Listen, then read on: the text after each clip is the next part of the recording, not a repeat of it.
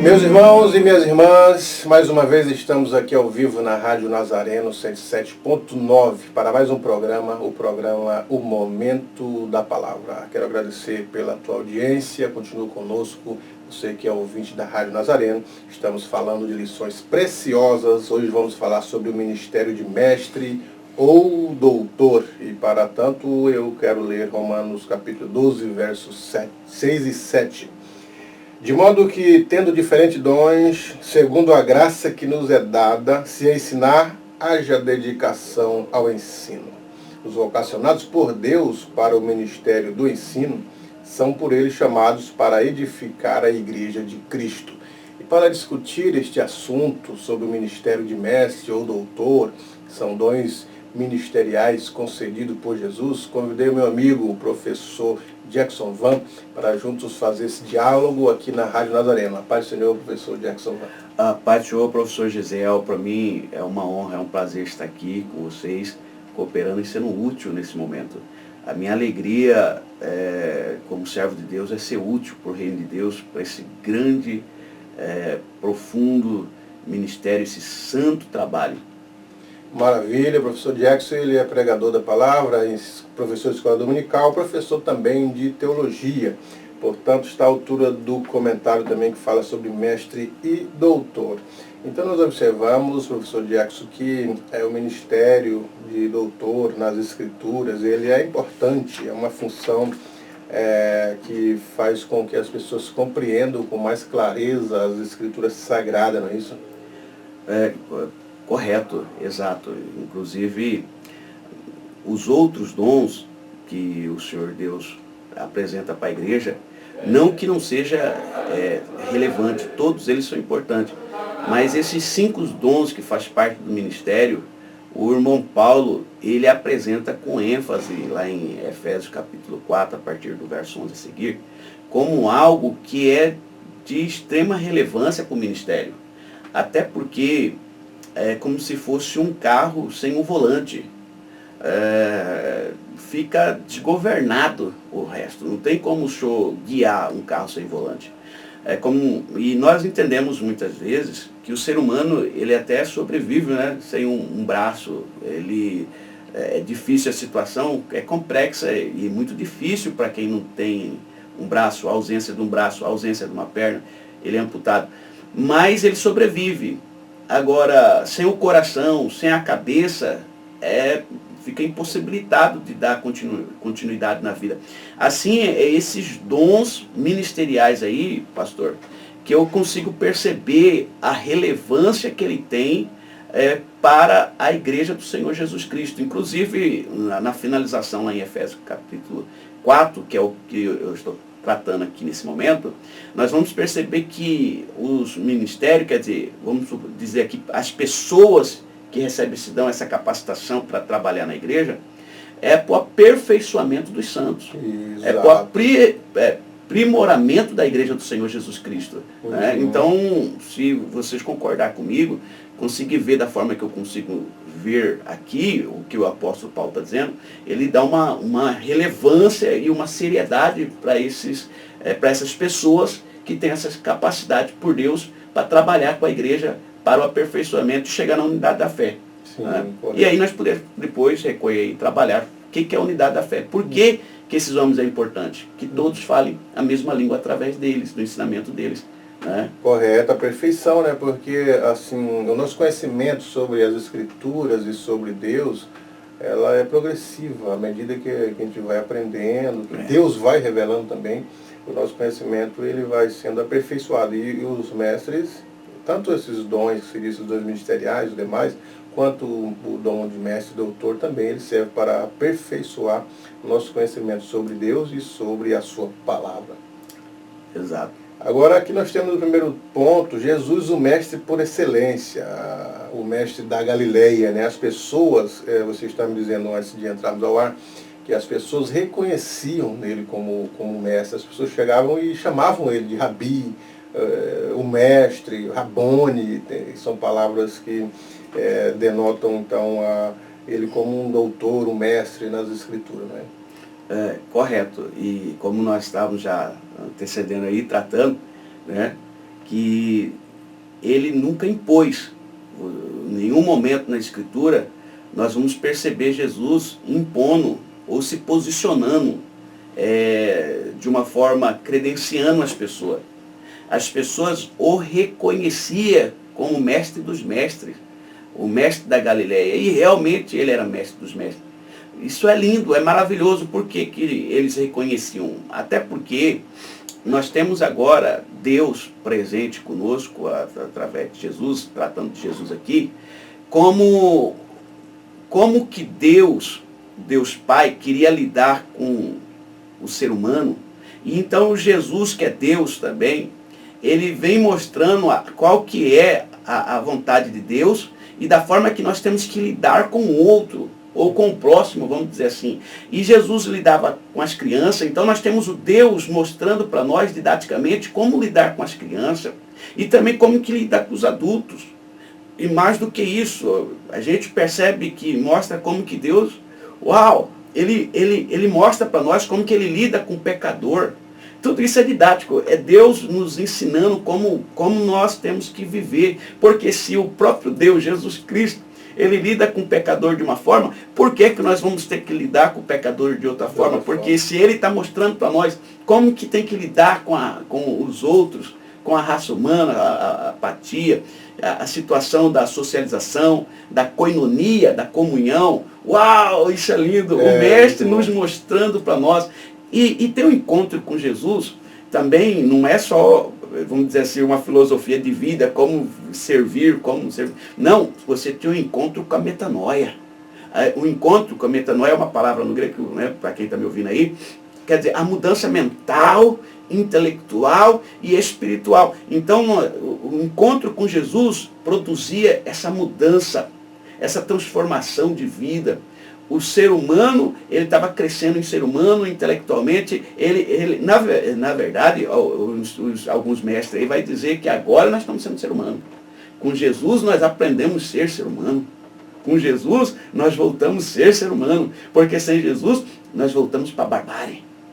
Voltamos para a barbárie. Esse é fato mesmo. E isso força aqui eu falo, o que é uma barbárie sem Jesus? Sim, pode falar. O que a gente observa, Jackson, sobre Jesus, a forma que ele ensinava, você disse muito bem, que ele não desprezava, não fazia acepção de pessoas, enquanto os fariseus faziam, não ensinavam as crianças, a juventude. Jesus alcançava todos, as crianças, jovens, e sempre a gente está observando nas passagens do Novo Testamento, o mancebo, que era chamado de jovem da atualidade, as crianças, as mulheres que eram desprezadas, na época que as mulheres não poderiam estudar, não poderiam comprar, não poderiam, uma série de coisas elas eram restritas nesse período. E Jesus e o cristianismo é quem valoriza a mulher e traz de volta ela para o lugar que nunca deveria ter saído. E Jesus, no seu ministério, ele tinha mulheres que o acompanhavam, né? E já os demais ministérios, inclusive o João Batista e os fariseus, não havia mulheres no ministério integradas. E Jesus tinha essa integração de mulheres no seu ministério, a valorização delas, das crianças, dos jovens, ensinava a todos de uma forma indistinta, né? Correto. E acrescentando, pastor, sua fala, assim, se é possível ainda, né? O senhor fala muito bem. A questão intelectual, ele trazia também a evolução intelectual. Ele, através das suas parábolas, através dos seus ensinamentos, a pessoa crescia intelectualmente, isso é indiscutível. Nós vamos perceber evolução, desde os seus mais simples, obreiros, discípulos, né? Alguém pode dizer assim, nós vamos falar mais para frente aí, né? Que já fizeram essa pergunta para mim, mas no tempo de Jesus, um exemplo aqui, não tinha teologia. Não tinha teologia. E agora, Jackson? Como que você vai explicar agora? Não, se Jesus chamava os discípulos de discípulo, etimologicamente a palavra discípulo quer dizer aluno. Então, se eles eram alunos, Jesus era o mestre. E Jesus, e tem um detalhe aqui que eu não posso deixar de falar também. Quando Jesus ia falar com a multidão, ele falava com a multidão, ele direcionava a multidão. Mas quando ele queria falar em particular como mestre, porque quando os mestres queriam falar, é diferente do Ocidente, né? Eles se sentavam, tá? Ele se sentava e colocava os discípulos para se sentarem na frente dele também. Então Jesus chamava uma camada particular, tá? para sentar próximo dele, que eram os discípulos. Esses tinham que aprender com Jesus. Discípulo quer dizer aluno. Então, esses discípulos de Jesus, eles passaram pelo que nós vamos trabalhar mais na frente, que eu notei aqui, o colégio apostólico. Qual que é o colégio apostólico? É o colégio de Cristo, irmão. Eles aprenderam direto na fonte. Eles aprenderam de Deus uma teologia, estudaram Deus direto com Deus. Exatamente. Tem muitas pessoas que não sabem o que significa a palavra teologia, né? Acho que surgiu agora na faculdade, etc. Teologia, teos do grego, logia, um tratado, um estudo. Então a gente define teologia como um tratado, um estudo de Deus e da sua palavra. Então todo aquele que estuda a palavra sistematicamente está fazendo teologia. Ou todos aqueles que buscam conhecer a Deus de uma forma, seja experimental, espiritual, também estão fazendo teologia, buscando conhecer Deus. Agora o mestre divino, Jesus, ele é um mestre divino, inclusive teve o reconhecimento de grandes mestres de Israel, como Nicodemo, né? Nicodemo chegou para ele e falou: tu és mestre vindo de Israel, ninguém pode fazer esses sinais que tu fazes. Então houve ali um reconhecimento. Esse mesmo fariseu, ele era príncipe dos judeus, e afirmou que o Nazareno era mestre, chamou Jesus de mestre, e ainda reconheceu a divindade nas ações de Jesus. Isso é muito interessante, principalmente naqueles períodos ali que os fariseus estavam em destaque, os mestres de Israel estavam em destaque. Então ter esse reconhecimento em Jesus foi muito, muito bom para o conhecimento das pessoas. Correto, professor. Professor Gesiel, e eu acho interessante, lindo, né?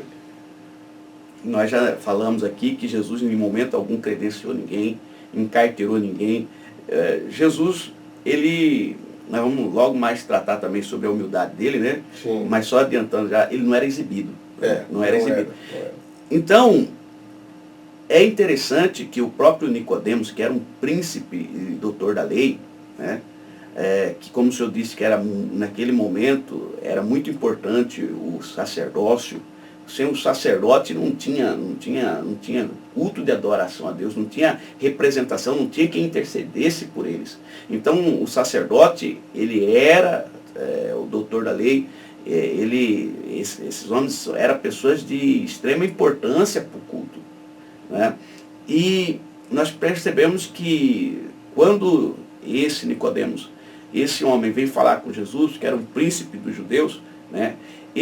Eu vou até ler aqui o verso 2 de João 3, do Evangelho de João capítulo 3. Este foi ter de noite com Jesus e disse-lhe, Rabi, quer dizer mestre, bem sabemos. Então ele, como príncipe dos fariseus, príncipe ali dos doutores, né? Mestre dos doutores ali, ele diz assim, bem sabemos. Ele não falou que ele sabia. Sim. Ele não disse assim, eu reconheço o Senhor. Ele já chegou dizendo, nós reconhecemos. Nós já sabemos que tu é mestre. É mestre. Entendeu? Então, Jesus não pediu aquilo. Eles reconheceram aquilo, aleluia, meu coração está pegando fogo aqui, irmão. Né? Eles reconheceram Jesus como mestre. Sim, sim. Eles reconheceram Jesus como mestre. Jesus foi reconhecido como doutor. Jesus foi reconhecido como mestre. De fato, é jus e de direito que foi dado a ele. Sim. Uau. É muito bonito isso aí, viu, Jackson? E tem um detalhe que o próximo tópico trata, que é o mestre da humildade. Quando ele vai ensinar São João 13, ele tira a toalha, ele começa a lavar os pés dos discípulos. E eu costumo dizer assim, eu sempre falo dessa passagem nas mensagens, nos ensinos, que Pedro ele tinha razão no primeiro momento, quando ele diz assim, tu lavar os pés a mim? Não vai. E Jesus disse, se eu não te lavar os pés, tu não toma parte comigo. Ele muda de atitude rápido, então dá uma geral logo, dá um banho. Né? Jesus falou assim, não precisa tomar banho, não se lavar, a não ser os pés. E depois ele pergunta, entender o que eu vos fiz? E ninguém entendeu, porque... Por que ninguém entendeu? A Bíblia Estudo Almeida, ela tem no estudo no rodapé, que ela diz o seguinte, que aquela atitude de lavar os pés era uma atitude de escravo. Só os escravos faziam aquilo, porque era um trabalho humilhante. E não era nem escravo judeu, era escravo estrangeiro que tinha o costume de fazer isso em Israel. Porque as pessoas não tinham manicure e pedicure como tem hoje, né? Não tinham sapatos como tem hoje, não andavam a pés e ainda na poeira, os pés eram muito grossos, muito feio. E as pessoas tinham que lavar os pés, massagear, porque era uma cultura de recepcionalidade. Hoje no Brasil, quando eu chego na tua casa, você me oferece no mínimo uma água. Depois um café ou um bolo de queijo, a recepção, uma Coca-Cola. Mas naquela época não, as pessoas vinham de longe, porque eram muito distantes, e chamavam os escravos para lavar os pés e fazer massagem. Então essa era a recepção. E como Jesus era mestre, Pedro disse, não, o mestre não pode fazer trabalho de escravos. É como se o teu pastor ali fosse lavar banheiro. Não que lavar banheiro fosse humilhante, mas é que a função dele tem outras atribuições, entendeu? E ele viu isso, disse, não, tu não vai lavar meus pés. Ele tinha razão. Aí depois Jesus falou assim, vocês viram, entenderam o que eu fiz? Eu sendo e mestre, lavei os pés. O que vocês devem fazer para que a igreja, os demais, sejam bem atendidos? Então, o que diferenciava Jesus, esse é o ponto, é que ele era um mestre não só na teoria, era um mestre na prática. Na prática. O que ele ensinava, ele praticava. Diferente dos fariseus, que praticavam uma coisa e ensinavam outra. Então aí estava um grande start, a diferença de Jesus para com os fariseus, né? Correto, pastor. Olha, o senhor falou aí, esquentou meu coração, mostrando essa capacidade do Deus lavando os pés dos homens, né? Deus lavando os pés. Isso aí não tem na mitologia grega, não vai ter em lugar nenhum, porque é só nosso, Jesus é nosso mesmo. E é uma coisa, como o senhor disse aí, Jesus era um anfitrião. E ali nós sabemos que era a festa da Páscoa, né? E Jesus, naquela festa, ser um anfitrião, nunca. É mais ou menos o senhor chamar, nós temos aqui, só ficou colocando na prática, né, como o senhor usou uma prática aqui, nós temos uma festa aqui no grande templo, e o pregador da noite, né, não que ele seja mais importante que os demais, não, de maneira alguma, só que ele está com a importância de ser o portador da mensagem divina naquela noite. Então a gente dá uma prioridade para ele estar descansado com a mente, né, para ele, vamos dizer assim, ele está em coinonia, em uma comunhão alinhado com o Espírito Santo, deixa ele em paz, né? Exato. Mas ele sai lavando os pés das pessoas, né? Por quê? Porque como nós estamos trabalhando aqui com a ideia, para quem não está entendendo muitas vezes, era um hábito do Oriente Médio, sim, né? Diferente do nosso aqui do Ocidente, aquele era um hábito do Oriente. E nisto nós percebemos aí a humildade, Deus mostrando na prática, como o senhor disse, na praxis, né? Os gregos chamam de praxis, aí. Teoria e a prática, quando se une, né? Se tornando a praxis. Então Jesus não só tinha palavras, mas ele mostrava como também. Isso é um exemplo para nós, né? Os grandes mestres, os mestres de hoje, é interessante a prática. Nós vamos fazer um intervalo, Jax, e voltamos daqui a pouquinho. Não sai daí. Maravilha, estamos de volta com o programa O Momento da Palavra, e no programa de hoje estamos falando sobre o ministério de mestre ou doutor, e estamos dialogando com o meu amigo professor Jackson Van sobre este tema. E agora vamos falar sobre o ensino das Escrituras na igreja do primeiro século. Então nós percebemos que os discípulos, irmão Jackson, levaram a sério a ordem de Jesus no momento em que ele subia assunto ao céu, quando ele determinou aos seus discípulos que ensinasse todas as nações, ensinando a guardar todas as coisas que ele tinha ordenado para os seus discípulos. Nós observamos isso no livro de Atos dos Apóstolos, que Pedro, na sua primeira pregação, ele já faz um ensino, uma pregação explicativa, dizendo o que era que estava acontecendo ali em Jerusalém. Depois nós vemos Estevão, no momento do seu mártir, fazendo uma exposição brilhante das Escrituras, partindo ali desde a lei, passando pelos profetas, falando sobre o acontecimento que veio desencadear em Cristo Jesus. Então nós percebemos que a igreja primitiva, ela era munida de pessoas que eram mestres, que gostavam do ensino, que ensinavam, e esses ensinos produziam efeito, não é? E eles, bem, o senhor citou aí, nós vamos ver nesse ponto aí, que diz assim, né? Antes de ascender aos céus, de modo solene, Jesus determinou aos seus discípulos que ensinasse todas as nações. Tá? Ensinar o quê? Né? A guardar todas as coisas que ele tinha ordenado. Então, os discípulos, eles tiveram sucesso, tiveram êxito, claro que tiveram, mas por quê? Porque eles foram obedientes. Eles não trouxeram, vamos dizer assim, novas revelações, mas eles colocaram explicitamente o que Jesus falou para eles. Sim. E é interessante que eles organizaram esses ensinos de Jesus Cristo. Eles colocaram em organização, porque a igreja foi amadurecendo, tá? Jesus, ele chamou os seus discípulos, mas agora a igreja está amadurecendo. A igreja no Novo Testamento, no primeiro século, quando nós chegamos lá em Paulo já, quando nós vamos vendo já Tito, nós percebemos a igreja já madura. E agora os obreiros também, pastor, ele tem qualificações. Sim. Ele começa a ter qualificações para ser obreiro. Para ser um obreiro, precisa passar pelo esse crivo das qualificações. E uma das qualificações era também ser um bom ministro da palavra de Deus. Ser um bom ensinador. Mais embaixo aqui nós vamos trabalhar com a ideia da organização que eles fizeram da teologia deles, tá? Que é o didaquê ou didac, da forma que a pessoa preferir, que eles trabalharam um compêndio, né? E eles chegavam ensinando esse compêndio, eram as doutrinas básicas, né? Para que as pessoas pudessem servir a Deus com qualidade.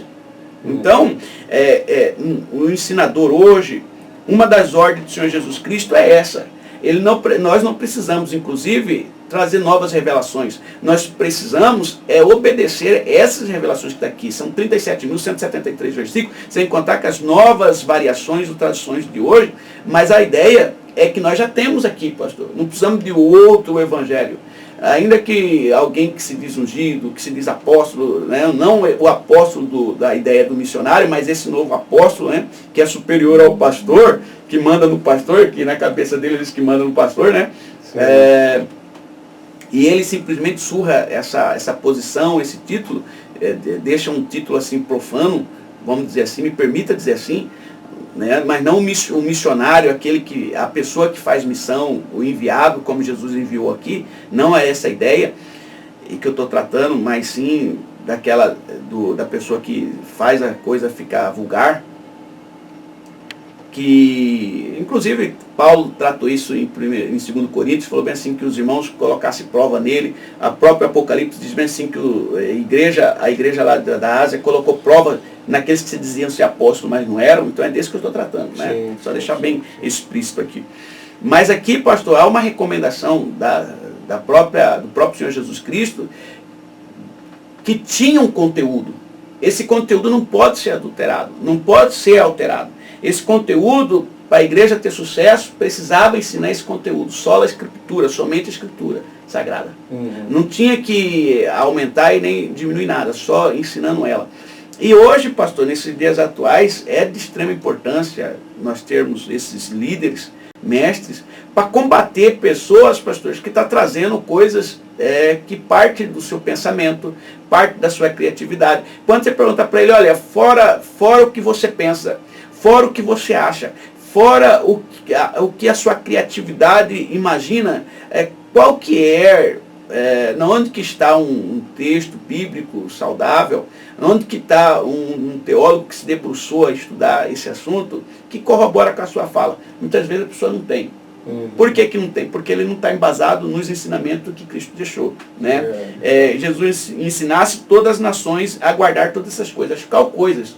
Sim. Nós temos aqui um conteúdo que tem que ser pregado, e esse conteúdo ele é o suficiente, pastor, para trazer a transformação, trazer a metanoia, que nós já falamos aqui, a salvação para o ser humano. Sim, né? É verdade. E quando falamos que eles ensinavam a guardar todas as coisas que Jesus tinha ensinado, Jesus ensinou muitas coisas, ensinou sobre o amor ao próximo, o amor a Deus, o amor à palavra, a santificação, mansidão, humildade.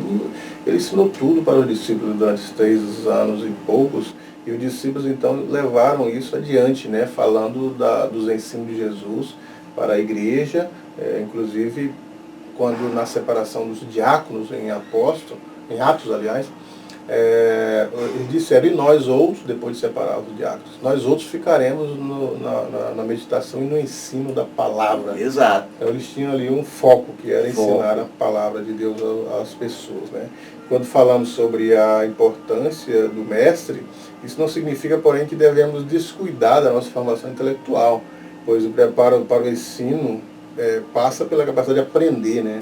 Para posteriormente a gente ensinar. O pastor João Pereira sempre dizia que ninguém pode levantar para ensinar se primeiro não sentar para aprender. A lei da didática. A lei da didática. Então a gente precisa, e inclusive intelectualmente, hoje é necessário a gente ter o preparo intelectual, né? Correto. Até me permita dizer bem rápido aqui, professor. Nós já sabemos que a Bíblia, ela no seu desenvolvimento escriturístico, na sua revelação, no seu desenvolvimento, aproximadamente de 1500 a 1600 anos. Não vou bater martelo aqui, porque questão de data é complexo.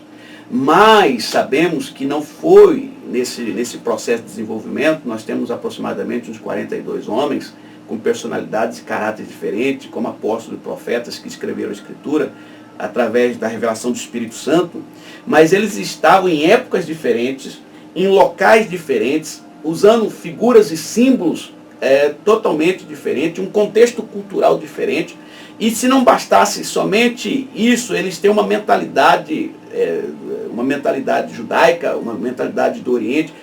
Nós estamos no Ocidente. Além de ter esse espaço, esse hiato de tempo entre nós e a Escritura, só o primeiro século, que é 2000 anos aproximadamente, ainda nós temos mais esse espaço de tempo cultural, de contexto aí, de 1500 a 1600 anos, para trás das Escrituras, que foi confeccionado e colocado no papel para nós, nos pergaminhos. Então, se a pessoa não se rende, se ele não compreende que nós estamos no Ocidente, com contexto diferente, em épocas diferentes, e ele precisa buscar em homens que se dedicaram a buscar esse conhecimento, ele fica como se fosse tateando no escuro, pastor. Sim. A Escritura, ela é suficiente para a salvação? Mas para sanar dúvida, sanar algumas situações que é extremamente relevância e necessária a pessoa conhecer contexto cultural, conhecer leis da época, para sanar todas as dúvidas e simplesmente excluir toda dúvida do discípulo dele. Porque Jesus disse, ir de fazer discípulo, quer dizer, ir de fazer aluno. Mas como que você faz aluno se você não busca intelectualmente crescer, buscando em livros? Quando eu falo buscar em livros, e eu digo só a Escritura, parece que eu entrei aqui, pastor, assim, eu entrei em choque. Irmão, peraí, posso ler os livros ou só a Escritura? Né? Todos os livros que ela tem base na Escritura, os livros que usa a Escritura como o seu fundamento, os livros que traz conhecimento, mas a base dele é a Escritura, ele está de acordo. Ele não é superior à Escritura. Não tem um autor, por mais cheio do Espírito Santo, ele é superior à Escritura, porque o único que é eficaz, o único que de toda aceitação é a palavra de Deus. Né? Sim. Digna de toda aceitação é a palavra. Por mais que o autor é cheio do Espírito Santo, o autor é um bom escritor, mas o livro dele não é digno como a Escritura. Né? Ela não coloca na balança com a Escritura é superior. Mas a gente usa esses livros didaticamente, intelectualmente, você crescer, entender um pouco desse distanciamento. Já pensou se trouxesse um judeu lá do tempo de Abraão aqui, para ele entender o que está acontecendo aqui no Mato Grosso, aqui em Cuiabá? Se ele vai ficar perdido. Ele não vai entender muitas vezes nem a nossa linguagem, a nossa gíria local. Né? Esse efeito. Então, ele tem que se submeter, ter a mente humilhada, ele tem que ser humilde para isso. Né? E falando de humildade, só voltando lá, Jesus era humilde. O senhor nunca ia ver Jesus simplesmente chegando em nós aqui e falar bem assim, senhores, foi aqui que eu ressuscitei Lázaro, tá? Betânia, que é meu lugar, aqui eu mando. Nunca, não vai fazer isso, por quê? Porque ele era humilde. E ele era humilde para ensinar, né? Nós falamos aqui sobre a prática, a praxis, teoria e prática. Ele não era só teoria, não. Ele era humilde para aprender também. Sim. Humilde, quando eu digo para aprender, para ensinar né? Também. Ele não ficava só na teoria, ele colocava na prática. É um líder que colocava na teoria e na prática. Prática e teoria, tudo junto. Exato. Unido, né, em harmonia. Isso aí, esses ensinos do mestre desencadeou na igreja, a igreja primitiva, que priorizava a doutrina dos apóstolos, né? A doutrina dos apóstolos, nesse caso, refere-se ao conjunto de ensino que Cristo ministrou no coração dos discípulos para que houvesse um crescimento na igreja. A igreja cresceu porque eles colocaram em prática o crescimento dos apóstolos. De tal forma, a igreja cresceu também em números, em qualidades, quanto também em mestre, porque a gente vê em Atos, nós vemos em Atos, quando o Espírito Santo resolveu separar Paulo e Barnabé para o ministério, o texto diz assim, que ali havia vários doutores, né? Havia entre eles Níger, Simão, Níger, Paulo, Barnabé e entre outros que estão relacionados ali. Então a igreja cresce em qualidade também de mestres, e isso é interessante porque o conhecimento está sendo apurado ali com uma qualidade embasada nos fundamentos dos apóstolos, e o fundamento dos apóstolos era a base dos ensinos de Jesus Cristo, que a igreja cresceu nesse ambiente aí, né? Neste quadro, vamos dialogar com o professor Jackson Van sobre a importância do dom ministerial de mestre. Por que é importante? Há uma necessidade urgente da igreja fazer investimentos sobre os mestres. Por quê? Porque nem todos os mestres eles reúnem informações exegéticas, históricas, literárias, da Bíblia, para aplicar na igreja, né? Deus concedeu à sua igreja mestres, então é preciso que ela invista neles também. Muitas vezes, por absoluta falta de preparo dos obreiros, predomina a superficialidade bíblica, a superficialidade espiritual, e por falta de a gente valorizar os mestres, ouvi-los, os falsos mestres têm ganhado terreno, os modismos têm muitas vezes tomado conta de muitas igrejas, as aberrações doutrinárias, as coisas extras bíblicas, as coisas até contra a bíblica, e as coisas heréticas também têm surgido nesses últimos dias. Então é preciso valorizar o ensino das Escrituras puramente, bem explicado, biblicamente ensinado, interpretado, para que as pessoas possam identificar onde estão os erros, as doutrinas falsas, ou até saber valorizar o que de fato deve ser valorizado. Tem muitas coisas que são levadas a um valor grande que não deve ser valorizado. Então, a importância do mestre nesse caso, né, professor Jackson? Correto. Então, nós estávamos trabalhando com essa ideia aí do mestre, né? Como ele é importante. Por quê? Porque a igreja, ela recebe esses cinco ministérios que trabalha para o aperfeiçoamento dos santos, né? E principalmente eu entendo fielmente que são pessoas com essa capacidade do apóstolo, aquele apóstolo bem rapidinho, que é o enviado, aquela pessoa, pastor, que vem com essa inclinação, com esse sermão. Ele sempre leva a igreja a aprender e a ir além das fronteiras, pastor. Por quê? Porque ele no coração dele, ele tem esse dom de levar os irmãos a ir além da fronteira. Sim. Ele ensina os irmãos. E depois nós vamos ver o evangelista, né, que ele ensina a igreja a evangelizar, porque agora nós temos um apóstolo que leva a igreja a ir além da fronteira, mas também nós vamos ter um evangelista que ensina a igreja a evangelizar. É aquela pessoa que ele tem recebe esse dom de Deus mesmo para evangelizar, ele é aquela pessoa que vai atrás, enfim, é o evangelista mesmo.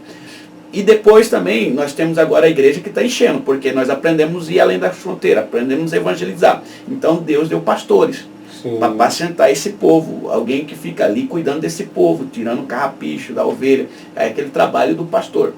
Então são pessoas. E aí nós temos o mestre e doutores. Por que mestre e doutores? Porque agora tem alguém que está apacentando, mas também tem esses homens que vêm ensinar esses detalhes, que é o aperfeiçoamento dos santos.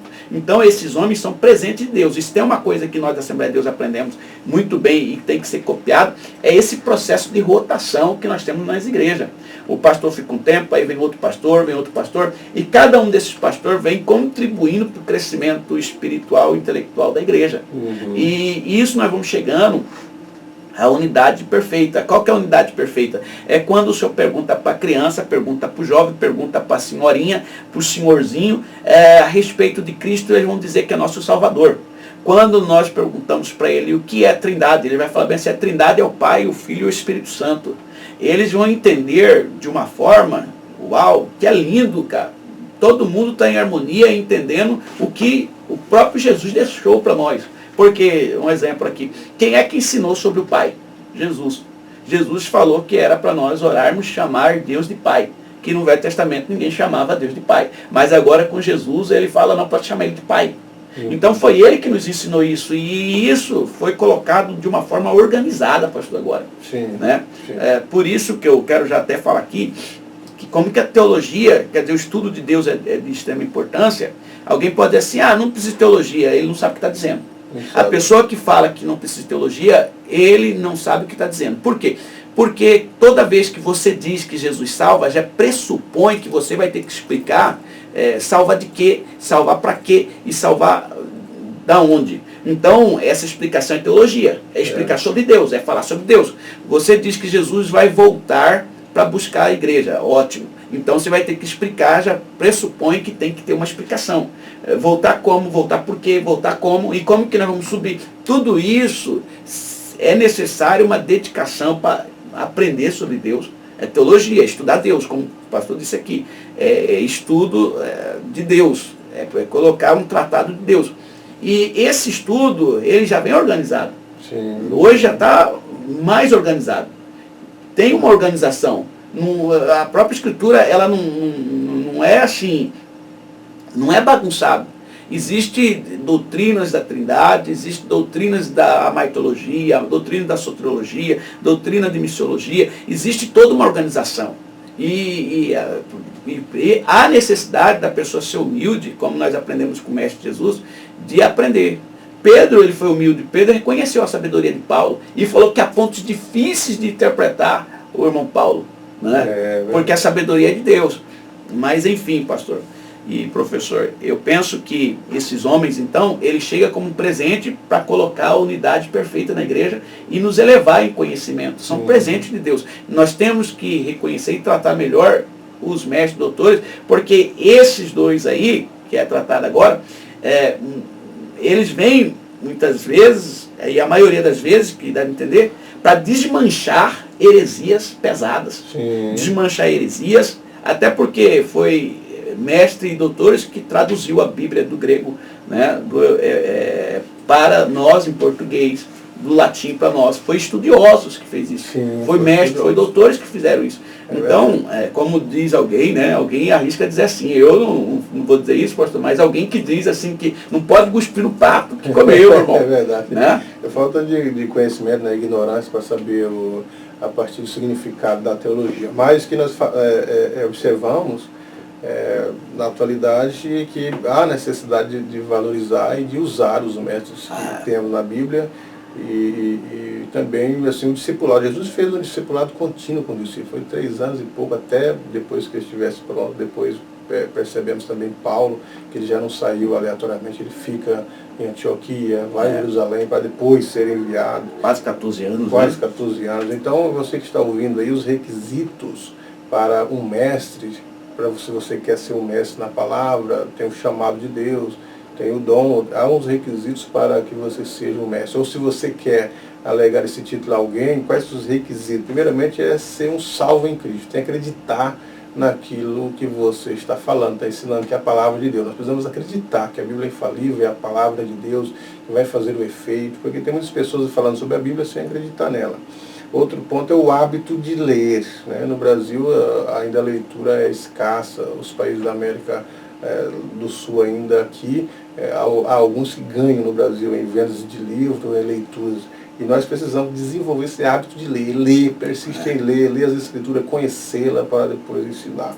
Depois o preparo intelectual, que são questões de língua, de exegese, de interpretação, que o mestre ele trabalha nisso. E ter um coração em chamas, que é ter o Espírito de Deus para a nossa vida. Mas nós estamos chegando, irmão Jackson, no final da nossa programação. Passou ligeiro, tanta coisa que nós poderíamos falar, mas o tempo ele já está se acabando do programa. Então eu quero agradecer a audiência de todos vocês que estão na escuta, a irmã Jacqueline Marques, ela diz que sempre está em sintonia com o programa, agradeço, e aos demais que estão ouvindo a programação, e quero que você faça as considerações aí de estar aqui no nosso programa.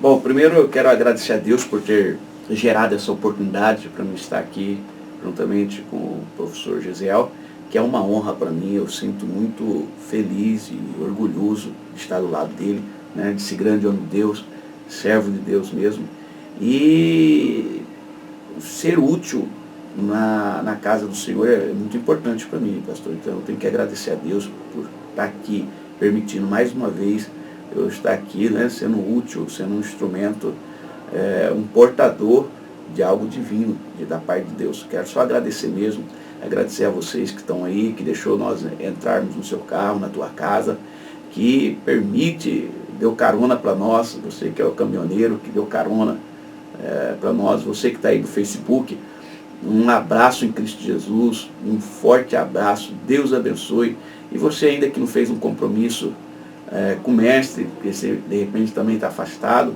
que volte para os caminhos do Senhor Jesus, que reconcilie, né?